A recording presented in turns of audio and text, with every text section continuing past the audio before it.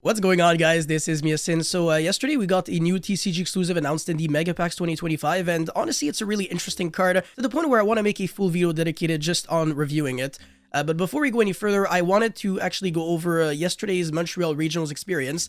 It was a pretty cool event. I entered with K9 Crystron, and I started off decent with a 2 score. And then round 3, what happened is that I won the dice roll. I chose to go first. My opening hand was double Fua, double Droplet, and Imperm. And obviously I played 16 non-engine and I drew 5. So technically any deck that plays 16 non-engine or more would have bricked in my situation, so there's nothing to do, especially since my opponent's hand didn't really lose to like the Fua, as I drew absolutely 0 cards. So that was a little unfortunate for me. And then game 2, I go first. It's really like arguable whether it's like a misplay or like a bad judgment call, but it's something that I actually thought about. So essentially, I play K9 Crystron again, like I said, and my opponent was on Yummy, so I went first, I full comboed, and I set up like my full board with Clockwork Knight, the continuous spell card, and I've got 0 non-engine in my hand, so my hand was just all gas, and my opponent was playing a board breaker build. What happened is that my opponent went Book of Eclipse on draw phase, and I've got Infinity as well as Dragster, so I was thinking like, oh, my opponent might also have like Pankratops or Lightning Storm, so I wanted to save like my Omni Negates for, you know, like those kinds of cards. The dumbass that I am negated the Book of Eclipse with, I believe it was Dragster or Infinity. I forgot which one exactly, but whatever, it doesn't matter too much. And obviously you can guess what happened afterwards. My opponent chained Forbidden Droplet, sending the Book of Eclipse as well as a monster, which had to happen. It couldn't just be, no monsters, because otherwise it would just negate it. All my cards got negated and flip face down. And then my opponent's next action was activate Triple Tactic Thrust to search the Duster and then destroy all my back row. And like I said, I had 0 non-engine, so it was just all gas. So therefore, if all my cards are negated, all my monsters are flipped face down, and all my spells and traps cards are dead, I have no more interactions, which means that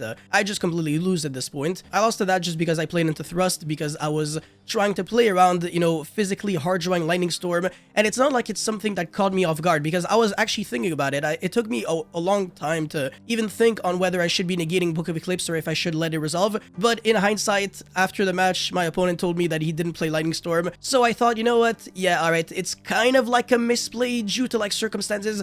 I don't know, you guys let me know if negating the board breakers is a misplay because you're activating a monster effect. But yeah, that was like my one and only, I guess you could say, misplay that cost me a duel, because everything else uncontrollable. The match right after, I lose the dice roll against Memento K9. I draw 0 hand traps. I only play 12, so honestly that makes sense.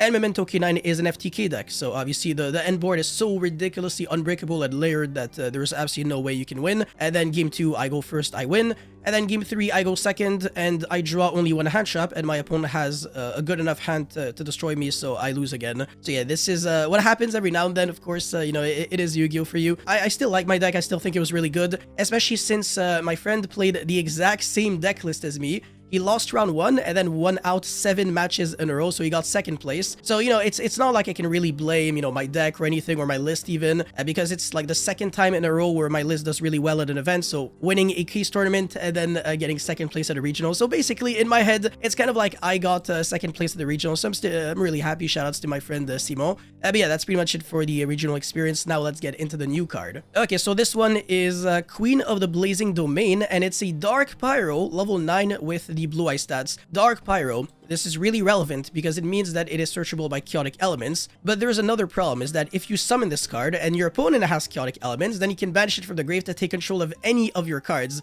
well, any of your monsters. So yeah, keep that in mind. Anyways, cannot be destroyed by card effects, so Regeki and stuff, not gonna happen, not gonna happen. If this card is in your hand, you can target up to 2 cards you control, including a face-up spell or trap card, destroy them, and if you do, special summon this card, and if you destroyed only 1 card, because obviously it's up to 2, return this card to the hand during the end phase of the next turn, or if you destroy 2, this card gains this effect instead. So any monster sent from the field to your opponent's graveyard is banished instead, and then you can only use this effect of Queen of the Blazing Domain once per turn.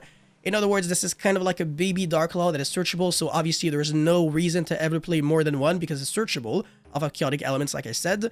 It's not a hand trap, but it's not really a board breaker either. And honestly, you have to destroy like at least 1 spell or trap card and another monster if you want like the good effect. Well, let's think about it. If you're playing this in a K9 based deck, you can easily destroy Case of K9, or I guess Case 4 K9. Not only that, but also trigger its effect to set the X-Forced release, which is really, really good.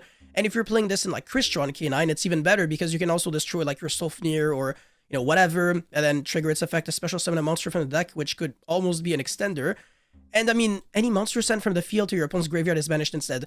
This is a good effect, but to be completely fair, even though this might sound like really weird for me to say, I actually think I prefer Herald of the Arclight's continuous effect because I'd rather banish like the monsters from my opponent's hand and deck, because if my opponent's playing Dragon Tail, then, you know, if he uses like a Rahu or whatever, or Ketu, then all those cards are just getting banished and not triggering their effects, whereas in this instance, this is not going to be good against Dragon Tail, so honestly, is this really worth playing?